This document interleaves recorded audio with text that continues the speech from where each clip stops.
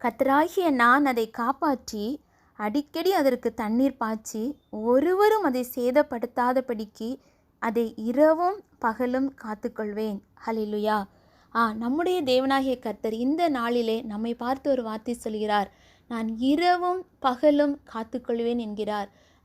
இரவு மாத்திரமல்ல, பகல் மாத்திரமல்ல, இரவும் பகலும் என் நேரத்திலும் நம்மை காக்க தேவனாகிய கர்த்தர் நம்ம கூடவே இருக்கிறார்.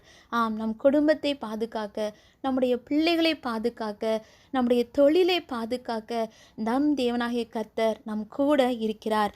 அவர் எப்படிப்பட்டவர் தெரியுமா? அவர் ஒருவராய் சாவாமை உள்ளவரும், சேரக்கூடாத ஒளியில் வாசம் பண்ணுகிறவரும், மனுஷரில் ஒருவரும் கண்டிராதவரும் காணக்கூடாதவருமாயிருக்கிறவர். அவருக்கே கனமும் நித்திய வல்லமையும் மகிமையும் உண்டாவதாக. ஆமேன். நம்முடைய ஆண்டவர் சகலத்தையும் படைத்தவர். அவர் சர்வ லோகத்திற்கும் ஆண்டவர்.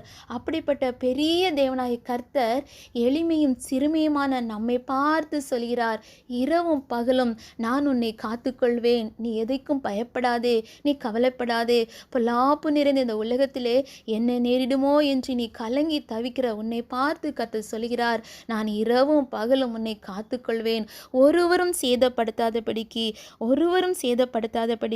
தேவனாகிய கர்த்தர் நம்மை பாதுகாக்க அவர் பயங்கர பராக்கிரமசாலியாக இந்த நாளிலே இந்த வார்த்தையை கேட்கிற ஒவ்வொருவரோடு கூட இருக்கிறார். கலங்காதபடிக்கு தைரியமாக அவர் வார்த்தையை விசுவாசமாக பற்றி கொண்டு முன்னேறி செல்லுங்கள்.